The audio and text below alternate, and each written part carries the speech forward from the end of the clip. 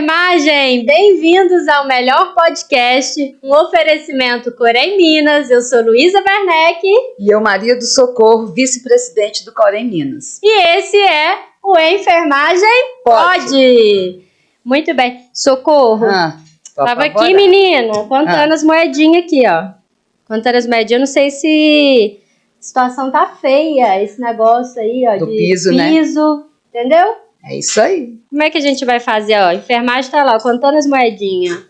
Mas eu vou te dar uma notícia. Bem ou mal, tá caindo na conta. Opa! Tá aí ficou bom, tá caindo, né? Vai chegar. Vai. E aí a gente precisava ter alguém aqui pra gente bater um papo sobre piso e outras coisas, né? O que é que você acha? Eu acho, alguém com propriedade jurídica, inclusive. Uau! Vai ser incrível.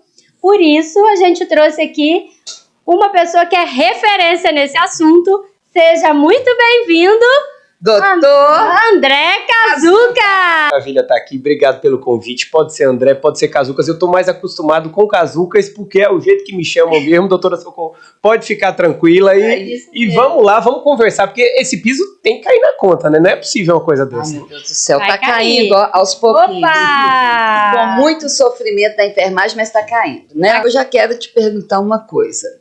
Antes de te receber, é lógico que a gente lê um pouco sobre você, sobre a sua profissão. E eu quero te perguntar o seguinte: a justiça ainda respeita seus símbolos ou a justiça anda meio cega? Bom, essa é uma pergunta difícil porque a gente tem que acreditar na justiça. Afinal, a nossa profissão, a nossa carreira, ela depende da credibilidade institucional. O problema é que hoje há um grande descrédito nas instituições de uma maneira geral. Então a justiça ela acabou, no decorrer do tempo, ocupando espaços. Espaço do Poder Executivo, quando às vezes não atua numa determinada política pública, espaço do Legislativo, quando não legisla adequadamente, e se empoderou a justiça. Qual é o problema? O problema é o uso desse poder. E às vezes a justiça tem exorbitado o uso do seu poder e, infelizmente, desrespeitando as próprias leis. Tá tropeçando. Tá, não é? Mas vamos confiar. Vamos. Com certeza. E aí, você, advogado, professor, de repente você abraçou essa causa da enfermagem, se tornou referência das lives da enfermagem. Como que você chegou nisso, né? Como que se deu essa situação? Então, na realidade, eu já era professor, acabei me tornando advogado do sindicato, comecei no Sindicato dos Enfermeiros lá em Aracaju, e a gente tinha uma luta trabalhista muito grande. Num determinado momento, o pessoal do sindicato acabou e resolveu pleitear uma chapa, buscar uma chapa para as eleições do Corém, ganharam, e aí me convidaram para poder fazer parte do Corém. Então eu estou aí há quase 12 anos com a enfermagem, me sinto praticamente um enfermeiro também, então conheço, estudo as resoluções, tento me apropriar o máximo possível. É claro que a gente não vai conseguir chegar no nível de conhecimento de vocês, mas eu tento me apropriar e é uma delícia, eu sou um apaixonado e essa luta do piso especialmente faz os meus olhos brilharem. Então eu só vou parar, só vou descansar quando efetivamente todos os enfermeiros estiverem com o piso na conta. Uma nova modalidade, advogado e enfermeiro. Eu gostei, viu? Muito bom. Eu gostei. A gente precisa. E é isso aí. Mas eu gostaria também, porque se nós fôssemos parar, hein, Luísa, para trazer aqui todas as perguntas que a enfermagem gostaria de fazer e enviou para a gente, nós não sairíamos daqui. Nós selecionamos alguns temas que são mais abrangentes e eu tenho certeza que quem assistir esse podcast, né, Luísa, vai ter assim, uma grande oportunidade para se apropriar mais dessas informações. Bem, eu vou começar o seguinte. Para você, a ADI... Não, quando pensamos no histórico, eu vou... Sem a gente voltar lá atrás, mas pensa aí no histórico desse piso. Pensa bem, me fala. Para você, qual foi o maior erro da abertura do projeto através do Fabiano Contarato e a estipulação da Lei 14.434, aqui. Entre o projeto e a lei, qual foi o maior erro que nós cometemos? Bom, na realidade, eu não diria que nós cometemos um erro. Então, eu acho que a enfermagem, pelo contrário, ela fez aquele movimento que deveria ter sido feito.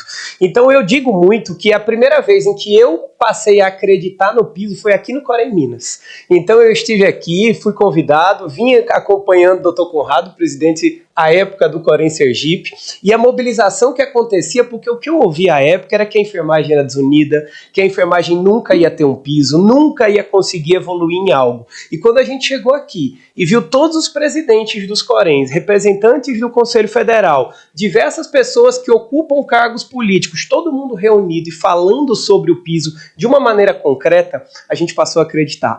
E nisso eu acredito que em algum momento, dentro dessa tramitação no Congresso Nacional, a questão poderia ficar um pouco mais clara. Então, onde é que o Poder Judiciário acabou entrando? Ele acabou entrando numa ausência de regulamentação completa. Então, a gente fala sobre o piso, mas era importante que a própria lei já atrelasse o piso a uma carga horária especificamente, porque, a meu ver, ela atrela indiretamente. E esse atrelamento de maneira indireta acabou permitindo ao Poder Judiciário legislar e estabelecer, por exemplo, uma carga horária de 44 horas semanais, que, sobretudo na administração pública, ela não existe.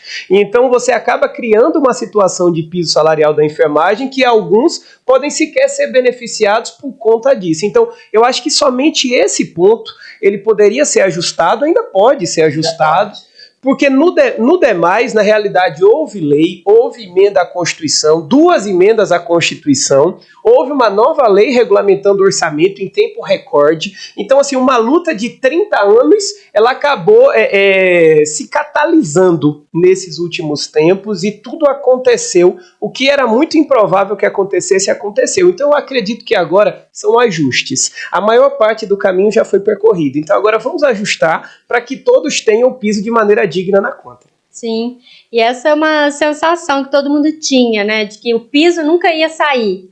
Eu ouvia muito isso, principalmente quem já está na enfermagem há anos, né, porque essa luta de 30 anos, então ninguém acreditava, mas na hora que a enfermagem começou a se mobilizar, e aí os conselhos também, né, foram à frente disso, se apropriar disso e correr atrás mesmo, mobilizar a categoria. Aí a categoria começou a ver a força que tem também, né? Gente, eu subi no caminhão pela primeira vez em 2014, já lutando pelas 30 horas e pelo piso. Mas tá indo bem, ó, tá chovendo pergunta aqui e chegou mais uma. Olha chegou para você também. Chegou. Chegou? Pode ir, chegou. Posso ir? Pode ir. Você me dá essa honra? Vou te dar. Então, vamos embora, olha aqui. A ADI foi necessária? Foi justa? Essa é uma pergunta bem difícil, porque o que é que acontece? A decisão da ADI, a primeira decisão, né? Então, como funciona? A lei entra em vigência lá no mês de agosto de 2022 e é interposta essa ADI, ação direta de inconstitucionalidade. Hoje a enfermagem conhece todos os termos jurídicos, eu fico numa alegria danada. Alguém me pergunta, fala sobre embargo de declaração, efeitos da decisão, publicação de extrato de ata. Então a ADI 722 aconteceu, a nosso ver, e fizemos diversas lives, a gente falou muito sobre isso. Os argumentos, eles são inconsistentes, então são argumentos efetivamente muito mais políticos do que jurídicos. E naquele momento o ministro Barroso entendeu por conceder a cautelar, suspendendo o piso da enfermagem, sobretudo pelo argumento de que não havia fonte de custeio.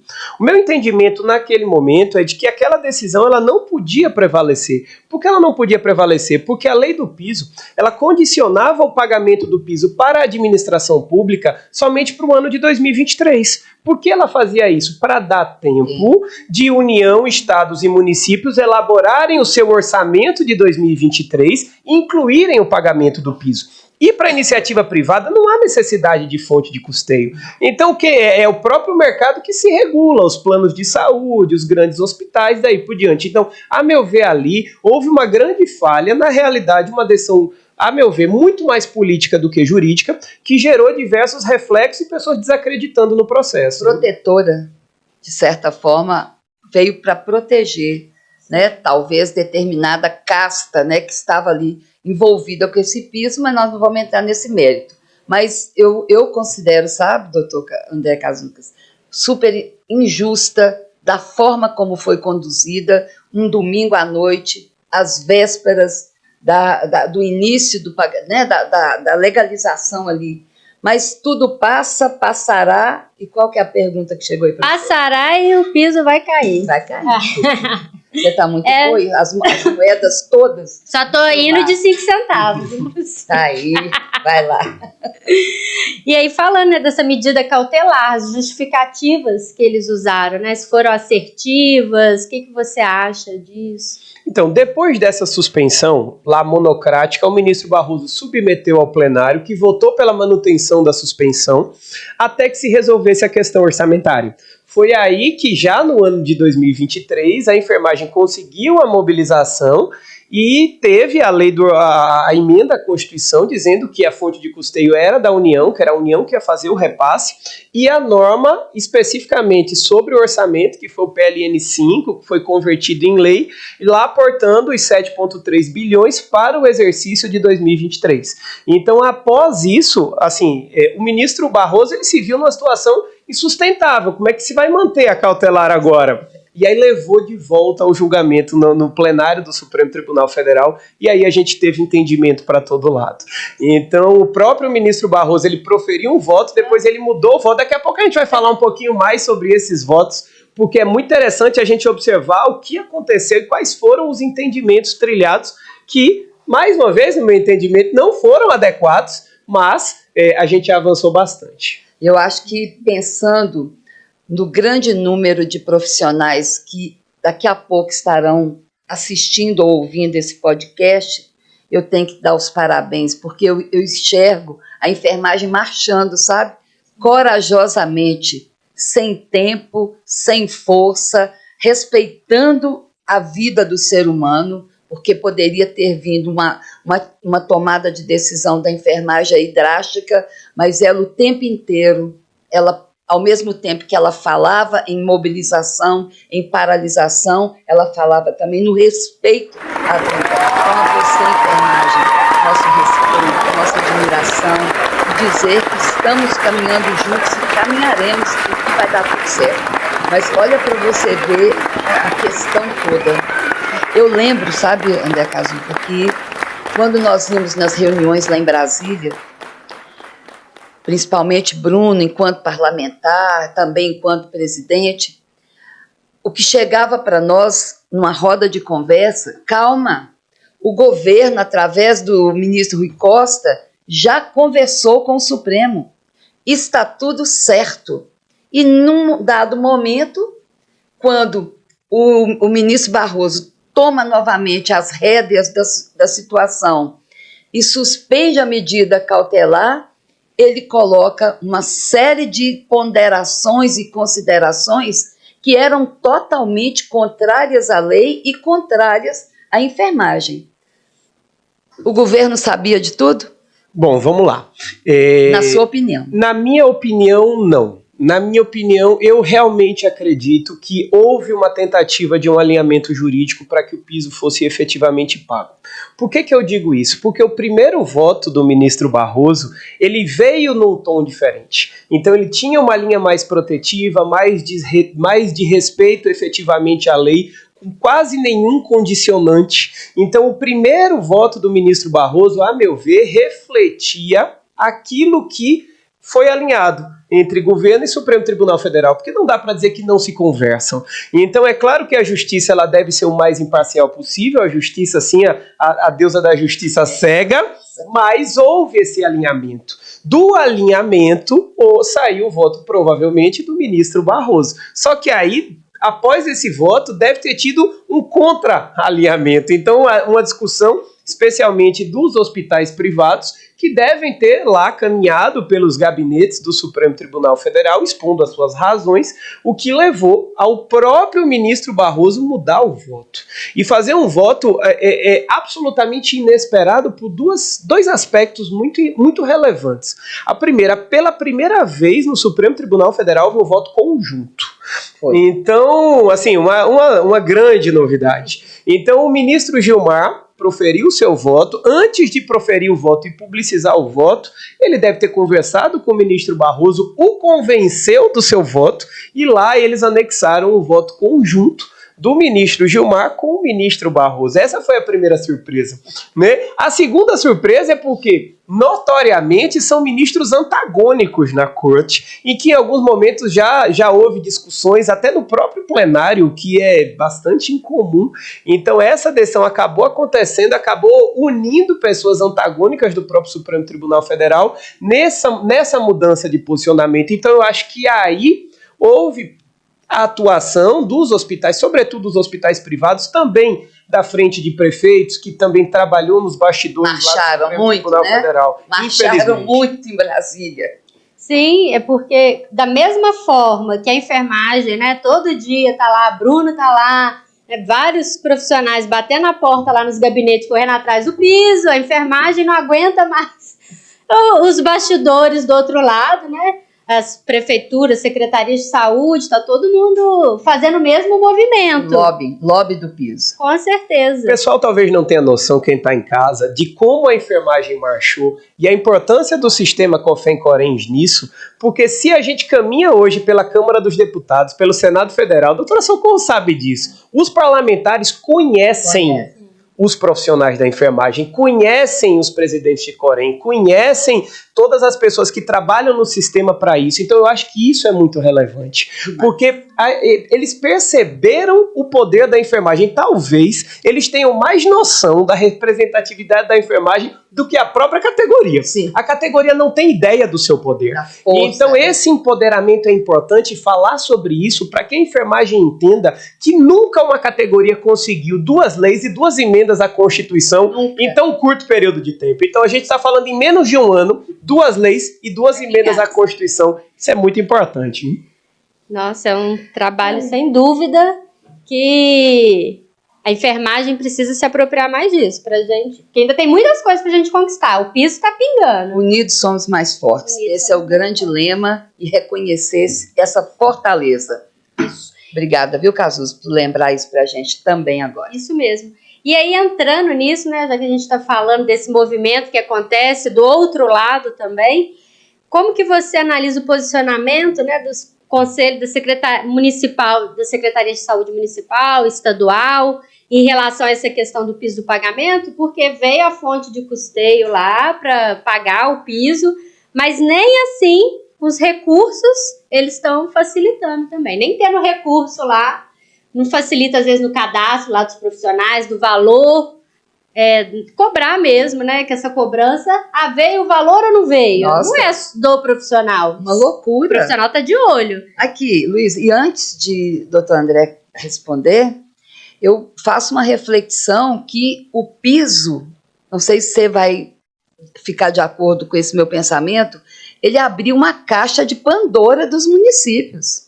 QNES desatualizado, RAIS desatualizada, profissionais cadastrados com carga horária diferente, categoria diferente. Eu acho que isso mexeu um pouco também com a estrutura dos municípios. E outra coisa, uma total desconexão com o Ministério da Saúde, com o SUS.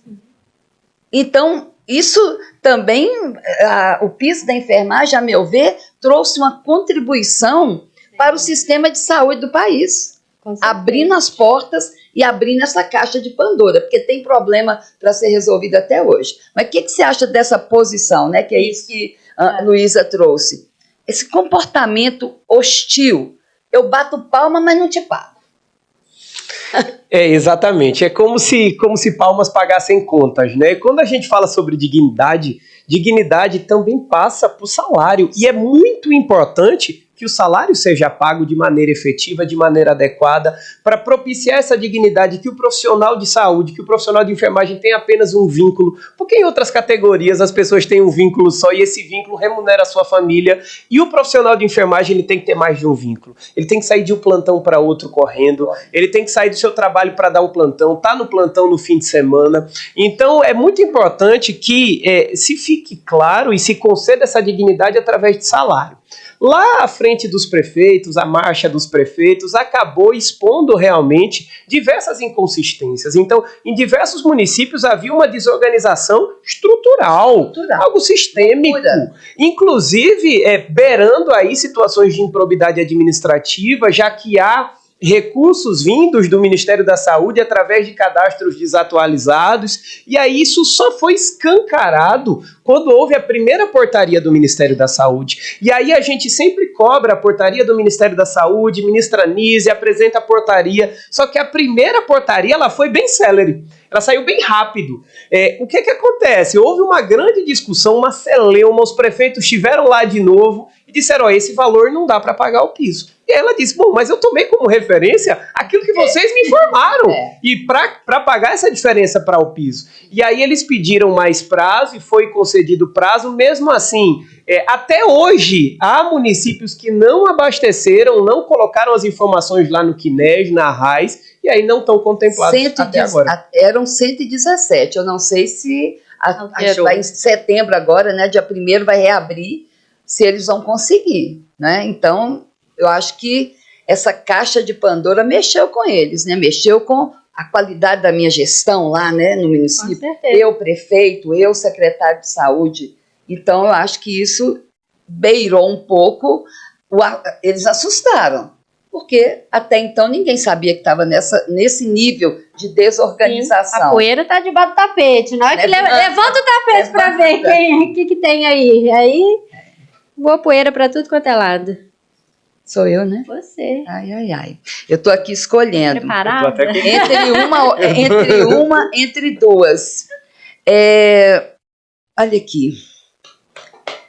A AGU. Perfeito.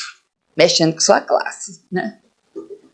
O que você achou daquele posicionamento covarde da AGU? E olha que eu sou funcionária pública federal também. Sabe? Mexeu comigo. Mexeu com muitas pessoas, com sonhos. E eles eram a referência para o que ia acontecer com estados e municípios.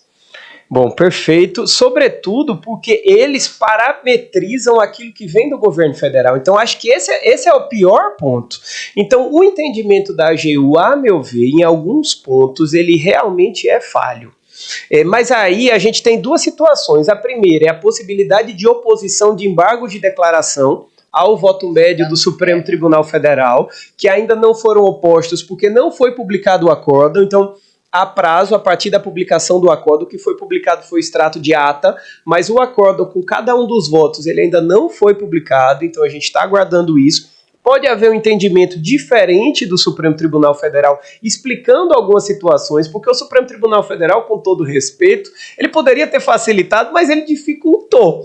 Por que ele dificultou? O STF, ele não é uma corte trabalhista, e aí ele acabou utilizando terminologias de maneira não técnica. Não técnica. Então, quando ele fala, por exemplo, em diferenças remuneratórias para o piso, ele está querendo falar em quê? Ele está querendo falar em salário base, o piso é salário base, ou o piso é o total da remuneração? Então, gerou esse limbo jurídico, essa inconsistência, e também no momento em que ele atrela a carga horária de 8 horas diárias e 44 semanais, sobretudo para a administração pública, que já tem a sua carga horária regida em lei, estabelecida lá no Estatuto do Servidor Municipal, daí por diante. Então são questões que devem ser esclarecidas e que a gente pode falar um pouquinho mais. Mas aí vem o entendimento da AGU, porque tá todo mundo inovando, né? Então quem tem que inovar é a lei.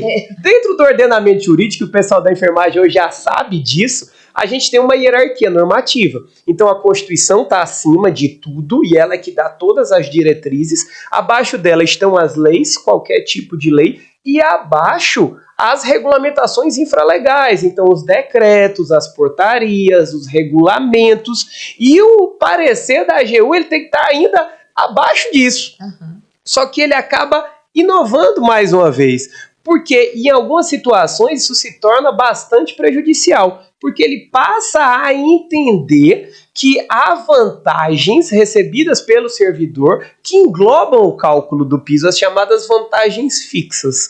E aí a gente vai ter algumas gratificações, anuênios, quinquênios, triênios, que estão lá naquela cartilha. Vamos lá, Aqui, não, mas eu ia rir agora com você. É cada murro que a enfermagem levou, a enfermagem nunca apanhou tanto, no sentido de ter que descobrir as coisas de madrugada, né? Aí eu quero até mandar um abraço para Diego, né? Que não dorme, que está sempre colocando lá, né? Mas assim... Ele me mandou uma mensagem hoje, 5h30 da manhã, falando sobre um tema que ele recebeu diversas mensagens, e a gente também recebeu, sobre a questão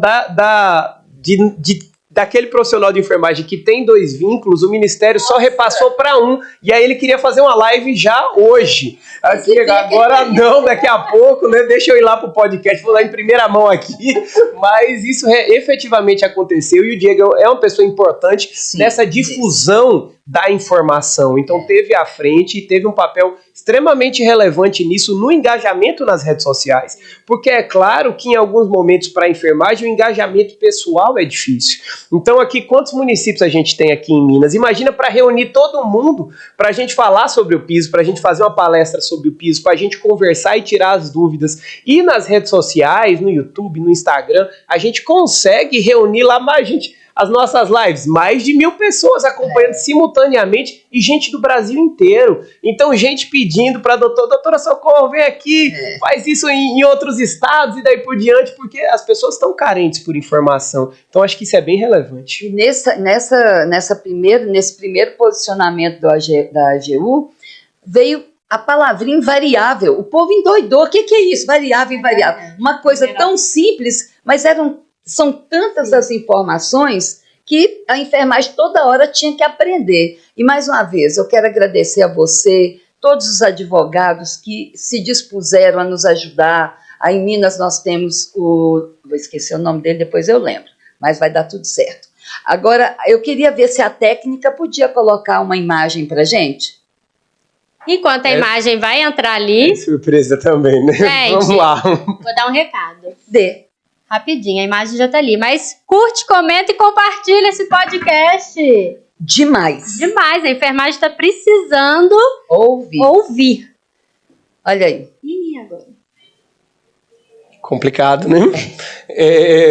Bom, aí a enfermagem já sabe do que se trata, mas a gente tem aí o símbolo da justiça, né? A justiça que deve ser o mais imparcial possível. A gente sabe que neutralidade é algo impossível, mas a justiça tem que ser imparcial. E nesse caso, infelizmente, ela acabou tomando uma pequena parcialidade, a meu ver. Não que seja algo ilícito, então ela não cometeu um ilícito de forma alguma, mas ela teve um entendimento que não se coaduna efetivamente com a lei e acabou, infelizmente, prejudicando os profissionais e fazendo com que esse pagamento do piso seja menor do que aquele que foi a intenção do legislador. Porque o que é que acontece? Quando a gente interpreta uma norma antiga, uma norma de 10 anos, 20 anos, 30 anos atrás, a gente pode não saber qual foi a intenção do legislador naquele momento, mas essa norma, a gente sabe qual foi a intenção do legislador. Então, o piso da enfermagem ele foi aprovado quase por unanimidade na Câmara, no Senado. Grupos de trabalho, nossa, eu participei das reuniões. Trabalhando em sessões extraordinárias. Então, todos os deputados e senadores, eles queriam que a enfermagem recebesse esse piso salarial. Então, esse era o sentido da norma. No momento que o STF, ele percebe uma lacuna normativa que efetivamente existia, mas ele altera o sentido da norma, eu entendo que teleologicamente, como a gente diz no direito, não houve uma adequação nessa decisão. É claro que ela pode mudar. Ela pode mudar com a oposição dos embargos de declaração e se tornar mais clara. Lembrando que embargo não é recurso, então embargo não é para quem está insatisfeito com a decisão, mas é para que a decisão seja melhor explicada. Então, a meu ver, nesse caso, há necessidade de uma melhor explicação e também pode haver a mudança de entendimento na decisão de mérito. Porque a gente está falando dos méritos. Exatamente. É por isso que a gente quer dizer assim para a enfermagem, né, Luísa? Que apesar de sonho de muitos profissionais terem sido destruídos inicialmente, assim interpretamos, muitos ainda estão sendo favorecidos. Nós estamos fazendo aí uma média de que 70% dos profissionais estão recebendo esse piso, mesmo alterado pelo Poder Judiciário, mas ainda trará, nesse momento, soluções para aqueles que estavam na miséria salarial. E isso é importante, mas isso não vai fazer com que a gente descanse, porque nós queremos chegar na integralidade da lei e a gente conta com esses embargos de declaração. Obrigado, pessoal. Podemos seguir. É isso, né? São avanços que vêm acontecendo e tem gente que às vezes fica assim, mas eu ainda não, né, recebi, tudo que fizeram ali as manobras não vai chegar até mim, vai chegar. Vai. São avanços, né? Quando um ganha, abre-se, né, um precedente para todo mundo ir junto. Tem mais surpresa aí. E o pessoal que está assistindo não sabe, mas tá tudo surpresa. A gente passou uma semana combinando o roteiro do podcast. A Laura passou uma semana conversando comigo. Vocês não estão ouvindo, mas ela está exatamente atrás da câmera nesse momento. Foi uma semana mandando pergunta, alinhando o podcast. Só que aí chegamos aqui, ontem ela me falou, mudou tudo. E a gente vai bater pegadinha. Era pegadinha. A gente vai bater um papo e tá fluindo, tá bacana, mas tem ainda algumas pegadinhas aí acontecendo. Vamos lá. Ministra da Saúde. Bom, nesse cenário, o entendimento que eu tenho e eu tive com a ministra é que a ministra é extremamente técnica e bem intencionada. Então a ministra quer fazer com que o pagamento aconteça. Então é claro que a gente tem que cobrar. É claro que a gente tem que marcar a ministra Anísia, mas nesse momento a substituição no Ministério da Saúde eu entendo que seria trágica, porque ela já demonstrou o interesse em pagar. O que é que acontece? Ela pagou conforme o entendimento da Advocacia Geral da União. Ela cumpriu ordens. Ela cumpriu. Então ela não é técnica do direito, ela é técnica da saúde, uma espetacular técnica da saúde. Então, por que essa segunda portaria demorou tanto? Porque os gestores não abasteceram as informações. Então ela acabou assumindo para ela uma responsabilidade que naquele momento não era dela e ainda foi muito ética de não expor os prefeitos, de não expor os governadores. Então ela acabou segurando essa situação. Era para ter segurado ainda mais, porque municípios ainda não apresentaram o cadastro de profissionais, mas chegou uma situação insustentável que a enfermagem precisa do piso. E você não tem como penalizar aqueles servidores que estão lá na ponta pela desorganização do gestor. Então eles têm direito e têm que receber o piso. Então esse é o meu sentimento em relação à ministra Anísia, é um sentimento de simpatia, porque tudo que a gente observou, há uma vontade em se fazer, mas é claro, com a pressão, a vontade vem mais rápido, né? Aquilo que havia de vontade se concretiza. E o deputado Bruno acompanhou esse processo e a pressionou diversas vezes. E foi importante, e é importante a gente falar sobre a ocupação de espaços. Então, houve um tempo no passado em que, por exemplo, os professores entenderam que a luta era importante desde o princípio. Foram talvez uma das primeiras categorias a receber o piso. Por quê? Porque eles já lutavam. Foram referência. Foram referência. Depois disso, no meio da década passada, os militares, os policiais, de uma maneira geral, passaram a entender isso, e aí nós tivemos diversos policiais ocupando postos, ocupando cargos. Quantos delegados, coronéis, capitães ocuparam postos no Poder Legislativo, no Poder Executivo e fizeram com que a sua categoria tivesse ganhos? Diversos. Muitos. Hoje é a hora da saúde. Infelizmente, a gente precisou passar por um processo de pandemia para que se entendesse a importância do SUS, a importância do profissional da saúde, a relevância do SUS, porque se nós não tivéssemos um SUS tão organizado, a vacina não teria chegado a todas as pessoas e a pandemia ainda estaria aí matando tantas pessoas como matou no Brasil. E essa ocupação de espaços, ela é muito importante, porque é lugar na mesa, é vez, é voz, é ser levado em consideração. Uma coisa é a ministra Anísia receber um grupo de enfermeiros, é importante. Outra coisa, ela recebeu um grupo de enfermeiros acompanhado de um deputado federal, acompanhado de uma deputada. Né? É um peso. Representatividade. Agora, eu particularmente estive 3 vezes com a ministra Anísia. Em uma das vezes eu cheguei, tem até esse vídeo, eu falei com ela, do jeito que o caminho está sendo percorrido, a senhora está correndo risco, porque todo o erro está sendo jogado nas suas costas. E aí eu acho que o maior erro da ministra, concordando com o que você falou, foi ela não se posicionar para a enfermagem e dizer o que estava acontecendo. Era sempre respostas através de terceiros. E a última mensagem, e talvez a primeira diretamente, que ela olhou para a câmera e se dirigiu à enfermagem, ela estava triste. E isso ali representou todo o problema que ainda vamos viver na implementação do piso. Ela não estava alegre. Eu não sei se vocês estão associando o vídeo que eu estou falando. Ela estava triste. Não vi alegria nela. E a minha interpretação não foi descaso, foi cansaço. Porque eu sei o quanto também ela está lutando. Então, mas ela como você falou, ela está pegando para ela as dores, mas vai ter uma hora que ela vai ter que se posicionar se isso não se resolver. Principalmente essas questões que eu ainda vou te perguntar, mas é daqui a pouco. Você, Luiz. Acho que pode voltar ali, isso, né, para o nosso...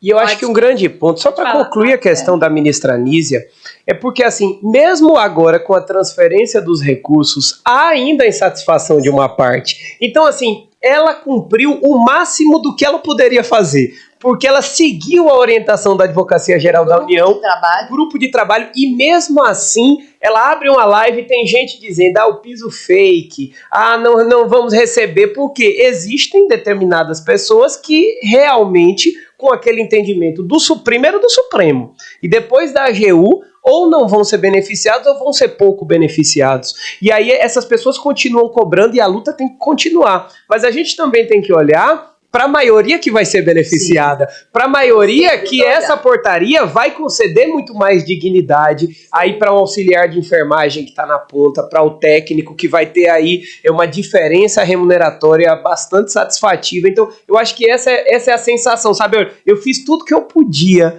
e mesmo assim eu ainda não consegui agradar a todos. Então, acho que isso deve dar uma angústia grande naqueles que estão lutando. Às vezes a gente fica angustiado, então a gente abre uma live e aí o pessoal com toda razão, reclamando, pedindo, fazendo com que aconteça e a gente não pode fazer nada, já dá uma angústia. Imagina na posição de ministro da Saúde, deve ser realmente difícil. Nós precisamos ver o copo quase cheio e não quase vazio, né, gente? Sim, com certeza. E a gente falando muito aqui do SUS, né, dos profissionais, mas tem a rede privada. E o pessoal da rede privada também está na expectativa, né, do piso. Como você tem acompanhado a proposta da rede privada? Como que você acha que isso vai se dar? Então, como foi que o Supremo decidiu para a rede privada? A rede privada não precisa de custeio, mas ele deu mais um prazo para a rede privada organizar a sua folha de pagamento de mais 60 dias, contado da publicação da ata de julgamento, que foi em julho. Então, a partir do mês de setembro, que é pago até o 5º dia útil de outubro, então às vezes o pessoal fica, vou receber setembro, outubro. Não é outubro. Vai receber em outubro, referente a setembro. Então, a iniciativa privada já tem uma data, já sabe como vai fazer, e para a iniciativa privada, pode ser que seja mais representativo o piso. Por quê? Porque na iniciativa privada não tem anuênio, não tem triênio, não tem quinquênio. Tem 44 horas. Muitos já estão na carga horária máxima, então o piso deverá ser mais representativo e já tem data para pagar. Enquanto na administração pública são 30 dias após o repasse fundo a fundo, na iniciativa complexo, na iniciativa privada não. Eles têm que adequar sua folha de pagamento para o mês de setembro e realizar o pagamento do piso. Ele colocou na decisão uma possibilidade de se fazer acordo coletivo. Isso é importante que se fale, porque tem gente cobrando até do próprio sistema COFEM-COREM acordo coletivo. Né? Tem que estar o piso, né, no acordo, na convenção. Exatamente. O que é o acordo coletivo ou a convenção coletiva? São instrumentos de negociação. Então, quando a gente fala em acordo coletivo é a negociação entre o sindicato dos empregados e o empregador. E a convenção coletiva é o sindicato dos empregados com o sindicato dos empregadores. O que é importante aí, por que ele trouxe isso? Porque o Supremo entendeu que pode haver demissões massivas e que poderia ser interessante para a categoria acordar um valor diferente de piso, isso seria permitido. Ou um prazo. Ou um prazo. O que eu não tenho notícia de nenhum sindicato que tenha feito acordo coletivo para pagamento abaixo do piso, e acho que nenhum deverá ou deveria fazê-lo, tranquilo, porque ele vai estar jogando fora uma luta histórica. E em relação a demissões em massa, a gente tem outros mecanismos do Ministério do Trabalho, sindicatos e o próprio Corém. Porque Sim. O Corém, quando ele verifica questões de dimensionamento e atendimento ao paciente, ele também tem o cálculo de dimensionamento que a gente tem na resolução atual, e temos uma nova resolução aí a ser apresentada. Ela também trabalha a situação do dimensionamento. Então, essa demissão em massa, como propagam, ela pode até acontecer, mas ela não deveria acontecer. E se ela acontecer, ela tem que ser ajustada imediatamente. Vai fechar leito? Exatamente, né? Eu, numa mesa de negociação, assistindo, não de negociação, mas estamos aqui dialogando com o superintendente regional do trabalho, Ministério Público do Trabalho, uma mesa extensa com toda a rede privada, a patronal, a laboral. E o que a gente tem percebido é uma tentativa desses acordos totalmente fora de contexto, 5 anos para implementar o piso, parcelamentos de 18 meses. Eu não estou julgando, porque quem vai decidir é a categoria junto com os seus sindicatos. E como você falou, o sistema COFEM-CORENS, ele está caminhando junto com os sindicatos. Essa semana mesmo já tivemos... semana retrasada, encontro com os sindicatos expressivos aqui de Belo Horizonte, da rede metropolitana. Ontem nós tivemos uma reunião com os jurídicos dos sindicatos e a fiscalização. Então, é uma força que nasce para defender a enfermagem e para proporcionar a ela o apoio necessário. Então, nesse momento é importante também a coragem de decidir e não entregar para o outro a decisão. Mas nós temos que, né, chegando. Eu vou te fazer, antes de... A nossa equipe de enfermagem mandou perguntas, nós selecionamos, daqui a pouco você vai escolher qual que você vai responder. Também é surpresa, mas, né? Eu vou te falar uma coisa. O que você prevê que será mais judicializado? Aí é uma pergunta nossa, né? Bom, o que eu sinto uma grande margem de judicialização são os hospitais da rede privada que prestam assistência ao SUS. Então, se estão com 60% de atendimento SUS, se não estão com 60% de atendimento SUS, esse é um ponto que vai ser bastante judicializado, sem dúvida alguma. O segundo ponto de judicialização que eu entendo é o que ele chama lá, o que a AGU chama de...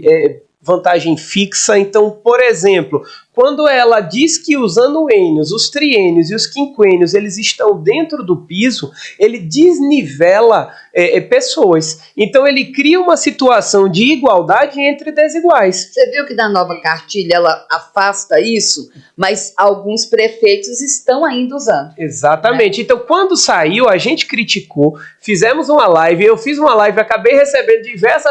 Mas tá na cartilha, tá diferente. Está dizendo que o anuênio entra, mas o anuênio, ele torna aquele profissional que está há 20 anos, ele iguala o que está entrando hoje. Perde. E o anuênio, ele não é algo exclusivamente para o profissional, ele é para a administração, para valorizar aquele profissional mais experiente, aquele que está no serviço há mais tempo.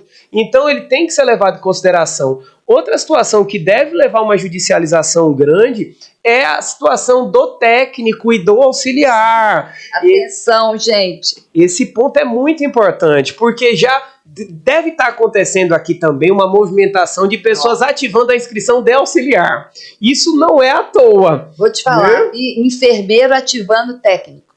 Então, infelizmente, isso não é à toa. Agora, o profissional ele tem que conhecer a lei do exercício, tem que conhecer as resoluções do sistema e saber o que é a atribuição do auxiliar, o que é a atribuição do técnico e o que é a atribuição do enfermeiro. Porque se o indivíduo for auxiliar e tiver exercendo atribuições de técnico, o que acontecia muito.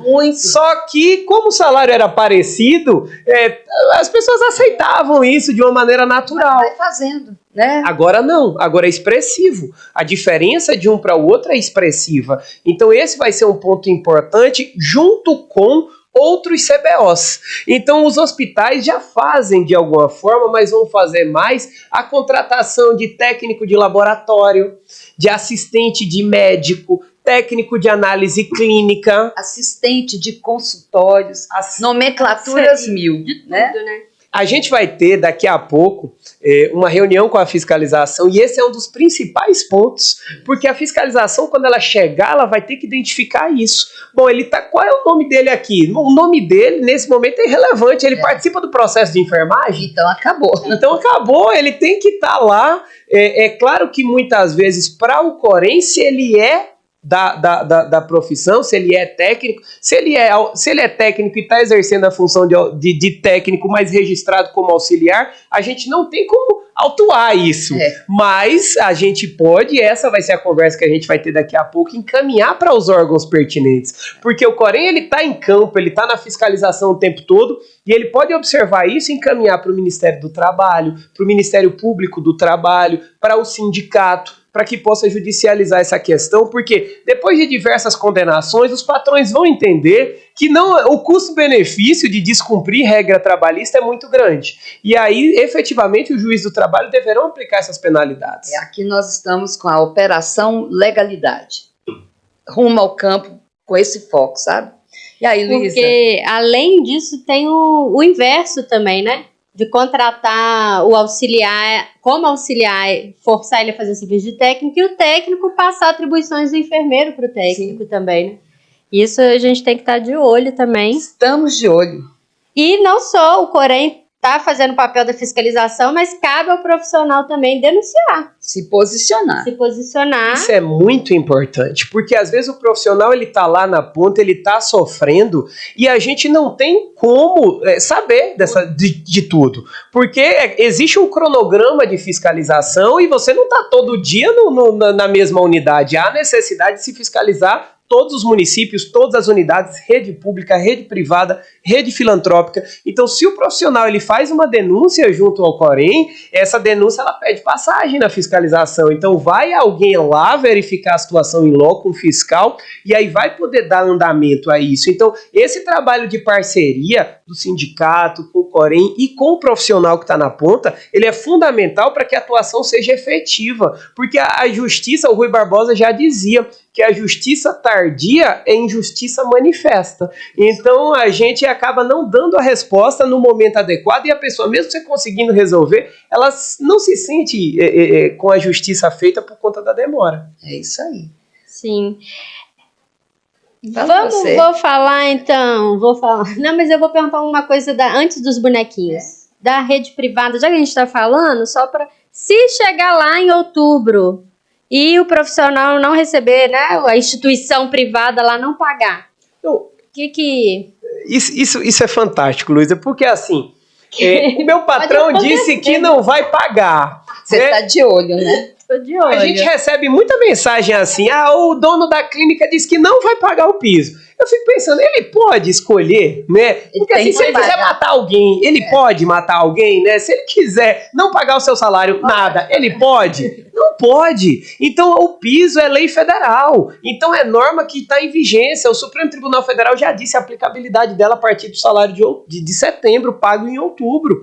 Então, ele tem que pagar. Se ele não pagar, aí pode haver diversas denúncias. Encaminha para todo mundo. Manda para o Ministério do Trabalho, o Ministério Público do Trabalho, o sindicato, e manda para o Corém também, que a gente vai fazer as movimentações e os alinhamentos. É claro que o Corém não pode atuar, mas pode ajudar pode contribuir, pode estar no debate também em relação a isso, mas efetivamente tem que ser pago. Tem que ser pago. Então esse terrorismo ele não pode acontecer, porque ninguém pode descumprir a norma. Quando a gente adere, isso é muito importante, doutora Socorro, quando o ser humano ele entendeu que ele deveria viver em sociedade, ele abriu mão de uma parte da sua liberdade em prol do Estado. Com certeza. Precisa de lei. E a lei tem que ser cumprida por todos. Ninguém está acima da lei. Ninguém pode descumprir a lei. Então, os patrões do privado terão que pagar o piso da enfermagem. Só antes de passar, complementando isso aí, é o seguinte, é a mesma coisa do prefeito falar que não vai pagar. É o menor executivo querendo desconectar com a ordem do maior executivo e do terceiro poder, que é o que legisla sobre tudo, e ainda sobre a Constituição desse país. Prefeito, toma juízo, você vai pagar. Porque o dinheiro não é seu, é do povo. E o poder emana do povo. Isso mesmo, todo mundo vai ter que pagar, gente. Não vai ter mais como escapar. A lei tá posta. Não vai cair. E eu espero que, enquanto isso, esteja alimenta aí, seu piso. Ajuda. Não, deixa eu ajudar. Ajuda aí, Deixa eu ajudar. Tá caindo na conta Eu acho que vai cair mais. Vai tá cair. perto. Vai Eu vou cair alimentar mais. logo, porque eu acho que vai cair. Muito bem. Opa, pergunta. Vamos, pode ir. Pode ir. Conduz, pode ser você. Então tá, muito obrigada. Você é muito boa pra mim. Ótima. Kazucas, essa é a nossa equipe de enfermagem. Técnicos, auxiliares, enfermeiros Técnicos e auxiliares maravilhosos. Estão aqui prestigiando nosso podcast, de olho em tudo que está acontecendo no piso. E eles mandaram perguntas pra gente, no caso para você responder. E aí você vai escolher, você quer responder a pergunta do enfermeiro, do técnico ou do auxiliar? Bom, no meio termo aí eu vou responder a pergunta do técnico. Excelente. Aí eu tenho certeza que ele tem uma pergunta aqui relevante. Aliás, eu gostei de todos. Viu? Maravilhoso. Vamos ler, gente. Vamos ler a pergunta. Taranã. Bora lá, olha. Sou técnica e vou assumir a vaga como auxiliar. Não tenho esse registro no Corém. O que tem melhor formação pode ocupar cargo de quem tem menos, né? Quem tem mais tem menos. Vamos lá. Você confundiu. Quem tem mais tem menos. Quem pode tem mais menos. Pode menos. Meu Deus. Explica que ela errou tudo. Ela errou tudo. Isso acontece. Eu entendi. Entendeu, já. O pessoal entendeu. O ponto é, um enfermeiro pode ocupar a vaga de técnico por ser enfermeiro e, teoricamente, ter uma formação mais abrangente. O técnico pode ocupar a vaga de auxiliar e a resposta aqui pra gente do sistema é não. Então... Vamos bater palma. Produção, põe mais palma aí. Ué. Não pode. Não pode. Você tem que ter a inscrição como auxiliar para poder exercer a atividade de auxiliar. Então, se você vai ser contratado como auxiliar, vai lá, faz o seu... Se você não tem registro como auxiliar, faz o seu registro. Ou reativa, que muita gente acabou deixando, suspendendo, cancelando o registro de auxiliar. Vai lá. Faz o seu registro para você poder exercer. É isso que está posto. É claro, mas tem uma decisão judicial, mas existem decisões judiciais para todos os lados. Então, se não tiver uma decisão com o seu nome, dizendo que você pode realizar a atuação sem a inscrição, e é muito improvável que isso aconteça, não pode. Então, vai trabalhar como auxiliar, precisa da inscrição de auxiliar. Sim, tem que ter feito curso de auxiliar. Tem que ter feito o curso e às vezes o curso... técnico não dá. Isso é um problema, porque às vezes o curso não existe mais. Então a gente está tendo essa situação. Você tem que voltar lá na escola, procurar a escola, pegar a declaração para poder fazer a inscrição. Isso se a escola tiver autorização para itinerário. Senão vai ter loucura. Mas nós estamos chegando ao final e eu não vou deixar ele escrever na carteirinha de... porque ele não é da enfermagem, ele é quase. Ele é um advogado enfermeiro, mas não é um... Eu quero fazer assim, eu vou ler uma coisa aqui. Claro. E vou deixar ele fazer um comentário. Claro. Tá bom? Com certeza. Outra surpresa. Né? Se sou amado... Quanto mais amado, mais correspondo ao amor. Se sou esquecido, devo esquecer também, pois amor é feito espelho, tem que ter reflexo. Pablo Neruda. Por que você postou isso?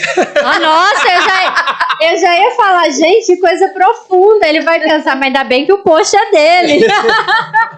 Quem é o cara? Então, Kazucas. O Kazucas é um apaixonado pela literatura, um apaixonado pela poesia, alguém que admira a arte e alguém que é um apaixonado pela vida, pelas sensações, pelos sentimentos, e sempre busca isso. E eu acho que o grande lance do amor é a gente se sentir bem com o amor, sobretudo ter um amor próprio, saber as situações em que você não deve entrar e saber sair da forma que você deve sair. Então eu acho que os sentimentos eles existem para isso e o amor é para agregar.